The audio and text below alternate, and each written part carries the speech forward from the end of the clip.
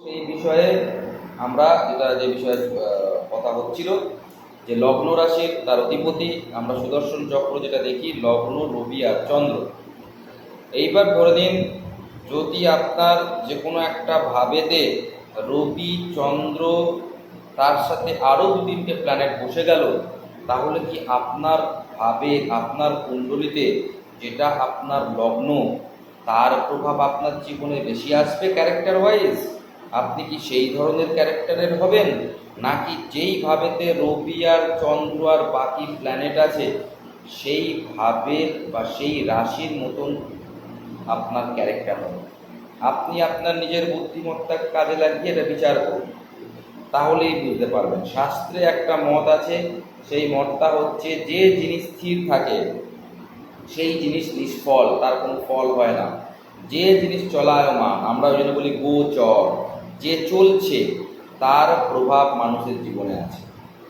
লগ্ন হচ্ছে স্থির, লগ্নের অধিপতি প্ল্যানেট সে অস্থির, সে একটা জায়গা থেকে আরেকটা জায়গায় চলে, তাই তার রেজাল্ট আমরা সবসময় ধরব।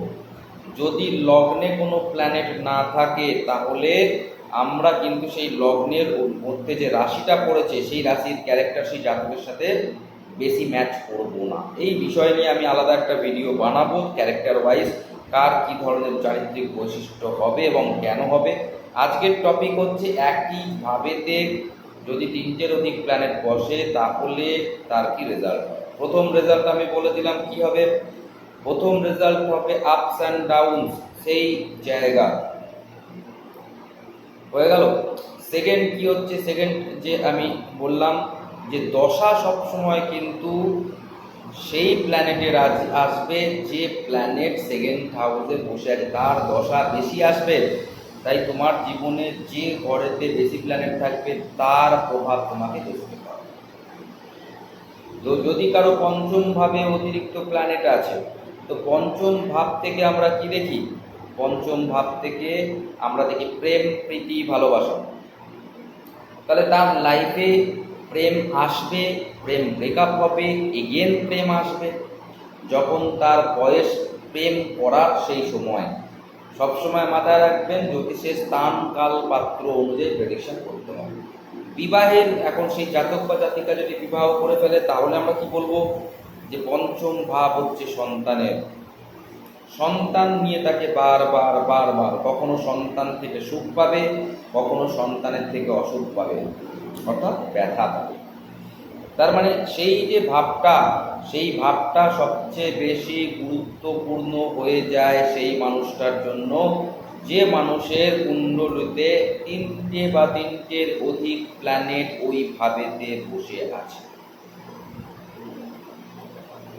এইবার আমার ঘরেতে যদি চারজন লোক আসে, অর্থাৎ আমি এখানে রাশির কথা বলছি, আমার ঘরেতে অর্থাৎ রাশি, যে রাশিতে বা যে ভাবেতে চার পাঁচটা প্ল্যানেট বসে আছে, তো সেটাকে আমি ভাবলাম আমার ভাব, অর্থাৎ আমার রাশিতে চার পাঁচটা প্ল্যানেট এসছে, অর্থাৎ আমার ঘরেতে আমার চার পাঁচজন অতিথি এসছে।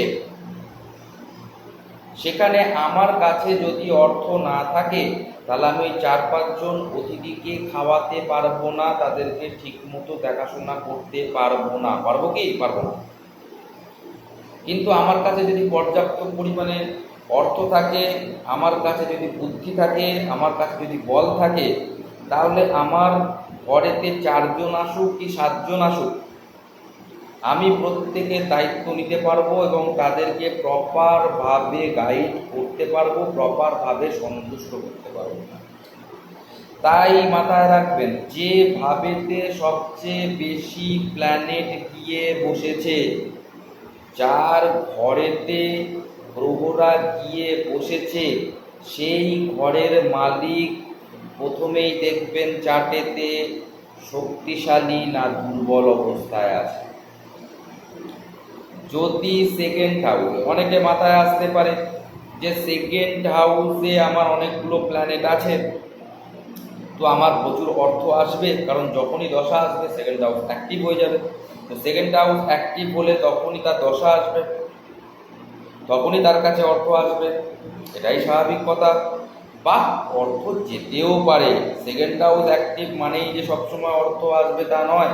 সেকেন্ড হাউস অ্যাক্টিভ মানে তোমার অর্থ সম্পর্কিত যা যা জিনিস আছে সেইগুলো নিয়ে তুমি নাড়াচাড়া করবে, তাতে তোমার লসও হতে পারে, লাভও হতে পারে। কখন হবে লস আর কখন হবে লাভ সেইটাই তোমাদেরকে বোঝাচ্ছি।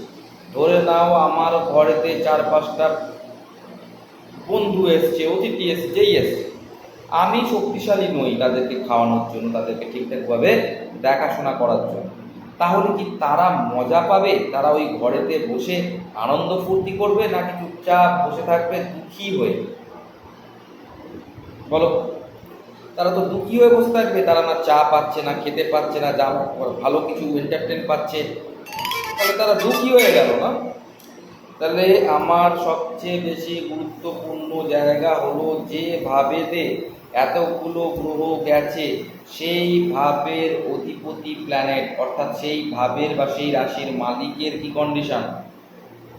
যদি আমি দেখি সেই মালিক উচ্চস্থ হয়ে বসে আছে, নিজের ঘরে বসে আছে, নিজের বন্ধুর ঘরে বসে আছে, বা নৈসর্গিক শুভ প্ল্যানেটের দৃষ্টিতে আছে, বা কোনো নৈসর্গিক শুভ প্ল্যানেট বা কুণ্ডলীর কোনো ভালো প্ল্যানেটের সাথে এক্সচেঞ্জ অবস্থায় আছে। এক্সচেঞ্জ মানে কি? তুমি আমার ঘরে থাকো, আমি তোমার ঘরে থাকছি। এক্সচেঞ্জ, তুমি আমার ঘরের খেয়াল রাখো, আমি তোমার ঘরের খেয়াল রাখছি। বোঝা গেল? বৃহস্পতি বুধের ঘরে, বুধ বৃহস্পতির ঘরে, এতে দুজনেই বল পাচ্ছে, বুধও পাচ্ছে, বৃহস্পতিও পাচ্ছে।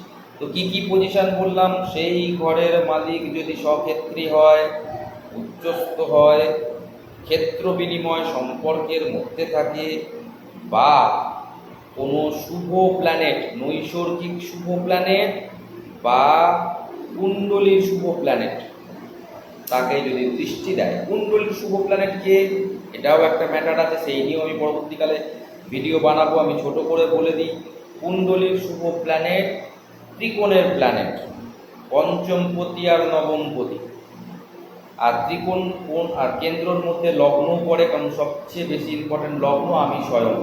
তাই এই তিনটে প্ল্যানেটের অধিপতি যদি ক্রুর প্ল্যানেটও হয়, শনি হতে পারে, মঙ্গল হতে পারে, রবি হতে পারে, তাদের দৃষ্টিও যদি সেই ভাবের অধিপতির ওপর পড়ে, সেই ভাবের অধিপতি প্ল্যানেটটা শক্তিশালী হয়। তার কারণ কুণ্ডলীর শুভ প্ল্যানেটের দৃষ্টি পড়ছে, নৈসর্গিক শুভ প্ল্যানেটের দৃষ্টি পড়ছে।